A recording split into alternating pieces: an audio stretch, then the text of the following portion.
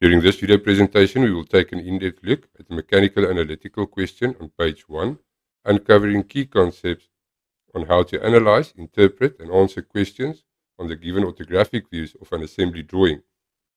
A mechanical analytical question consists of different sections. Our given information includes, but are not limited to, given orthographic views of an assembly drawing that illustrates different features such as dimensions, different conventions, and other applicable features. Also given is a title block that will include our technical data and information, a parts list, as well as information on the drafting process. A set of questions pertaining to the given information will always be part of an analytical question. A mechanical analytical question will always have different types of questions. First, we will have comprehension questions. That is the reading of comprehension and the ability to read the text, process it, and understand its meaning. Next is our mathematical application, where we must calculate surface area of different parts, also determine the different dimensions by means of calculation or interpretation, as well as the minimum and maximum tolerances that might be applicable to the different parts on orthographic views. We also have graphical application, where they can ask you to draw the projection symbol. And for mechanical analytical, it will always be third angle orthographic projection, and also for our different conventions for the different parts. And please take note that a separate presentation to explain the conventions is also available for viewing. We also have theoretical application, and for our theoretical application, we must apply theoretical knowledge on different parts and drawing techniques. Also, our third angle orthographic projection view placement, as well as our sectional principles that can be part of the theoretical application. Our first set of questions is our comprehension. So for question 1, on what date was the drawing approved? We can go to our title block and see that it was approved by Andre, and the date was 2015-03-03. Important to take note that they can ask the when, who, or what questions in the drawing process section of our title block. Our second question, what is the title of the assembly? And we can see that the title of the assembly is box and gland. Our question 3, what scale is indicated for the drawing? We can go and look in our title block again, and we can see that it will be scale 1 to 2. Question 4, what material is used to manufacture the bush? There we need to go to our parts list, and we can see that the material that was used was rubber. Question 5, on what date was the revision done? Once again, we can go to our drafting process, and we can see that the date is 2015-02-03, and it was to insert a spot face. Next, question 6, what is the drawing number? And we can go to our technical data, and we can see that the drawing number for the specific drawing was LF-15/4. Next, for our question 7, what would view 3 be called? And that is part of our theoretical application. So we can see with our prior knowledge of third angle orthographic projection, our primary views was our top view, our front view, and our right view. Where my top view is always at the top, so I know then that my top view in my orthographic views is at the top, and my front view right underneath my top view. So for my orthographic views, view 1 will be my front view, and I know my right view is right in line with my front view on the right hand side. So I know then that my right view in my orthographic views is also right in line with my front view on the right hand side. So when we ask what would view 3 be called, it will be my right view. For question 8, what type of section is shown in view 1? This is also part of our theoretical application. So if we look at our view 1, which we previously stated as our front view, and we look at our section on the left hand side, but for this question we will only look at our half section and our full section, but there is also other sections that we will discuss in a separate presentation. So if we can look at the half section of the casting, and we compare that to our full section that we will see for our casting, then we can see that for this specific drawing and for this analytical question, my view 1 will then be a half section. Please take note, all the different types of sections are explained on the page that is located on the beginning of chapter 1. For question 9, what part is used to protect the flange surface where the nut is being tightened? This is also part of our theoretical application, and the answer to this question will be the washer. Just to have a look at the real life example of a washer, and to underline where washers are used to distribute the load of a threaded fastener, such as a bolt or nut, and is used to protect the surface area of a casting from being damaged. Our question 10, name the part at R. That is also a theoretical application. You can have a look at a real life example of a stud. Then we can see that the stud is the answer to question 10. For question 11, name the feature at S.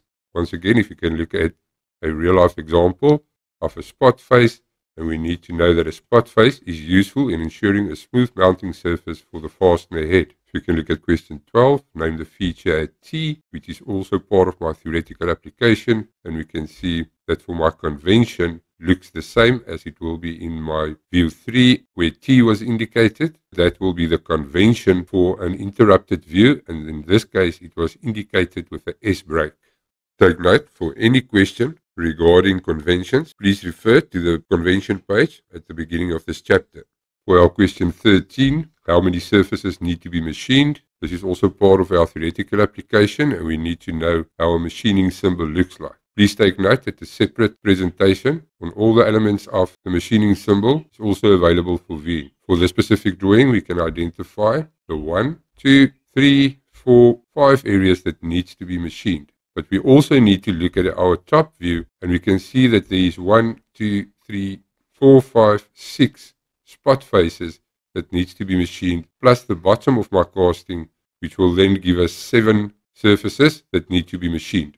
For any questions regarding welding symbols or machining symbols, please refer to the page in the beginning of this chapter. You can take a look at question 14, give the complete dimension at A.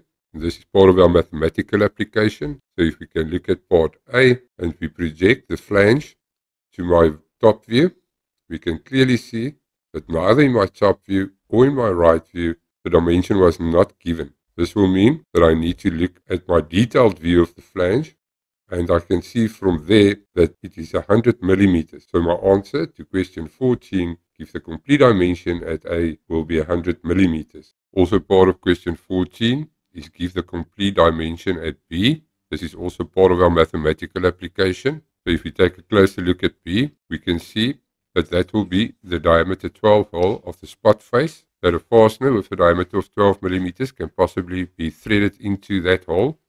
So we know our answer to the dimension at B will be diameter 12. You can take a look at question 15, determine the complete dimension at C. That is also part of our mathematical application. And we take a closer look at point C, we can see that my total height for the bottom part of the base is 21 millimeters. We need to look at our title block, and it says, unless otherwise specified, all tolerances on dimensions are plus minus 0.15. But for this specific question, we must concentrate on the all unspecified radii or radius 3. That will mean that the arc will be radius 3 for the spot face, which means that from here we need to say 21 millimeters, which is the total height of the bottom part of the base, minus the 3, that is the unspecified radii for our spot face, and that will give me 18 millimeters. For the second part of our question 15, determine the complete dimension at D. Here it's also important to take note that this is part of our mathematical application. And point D is from the bottom of the base to the top of the flange. Here we need to take the given dimension of 64 millimeters that was given on the left hand side. My flange will fit on top of my assembly. The dimension of 32 millimeters was given on my detailed view. The flange will fit into the base. So if you can take a closer look, 8 millimeters, that the flange will fit into the base. So we need to take the dimension of 64 plus 32 minus 8, and that will give me 88 millimeters. Question 16, with reference to the tolerance, determine the maximum dimension at E. This is also part of mathematical application. If you can look at E, and we look at our title block, it was stated, unless otherwise specified, all tolerances on dimensions are plus minus 0.15. For this specific drawing, it was specified that the maximum allowed tolerance was 0.25, so we need to take 160 plus 0.25, and that will give me 160.25. Question 17, with reference to the tolerance, determine the minimum dimension at E, and once again it was specified as 0.30, so we need to take 160 minus 0.3, which will give me 159.7. Question 18, insert the cutting plane on view 2 and label it AA. Previously established, our view 2 was our top view, and to insert a cutting plane is also part of my graphical application. So we will insert our cutting plane, and please take note, at the ends of my cutting plane, and where the cutting plane changes direction, we will darken the lines with a darker A-type line. That will also help you with the placement of your arrows to indicate your cutting plane. Take note, because it is a half section, we will only cut out a quarter of the entire assembly.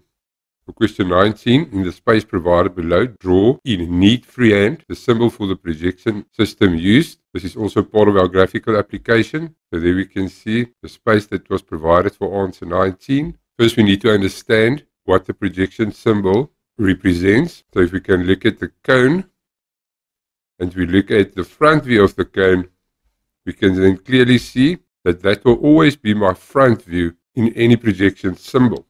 And that then will be the front view. So when I look from the left, you can see that that will then be my left view. The question stated that we must draw in neat freehand the symbols. So you will draw your center lines, everything in neat freehand, and then you will draw your projection symbol for third angle orthographic projection in neat freehand. And that concludes our explanation for page 1 on mechanical analytical drawings.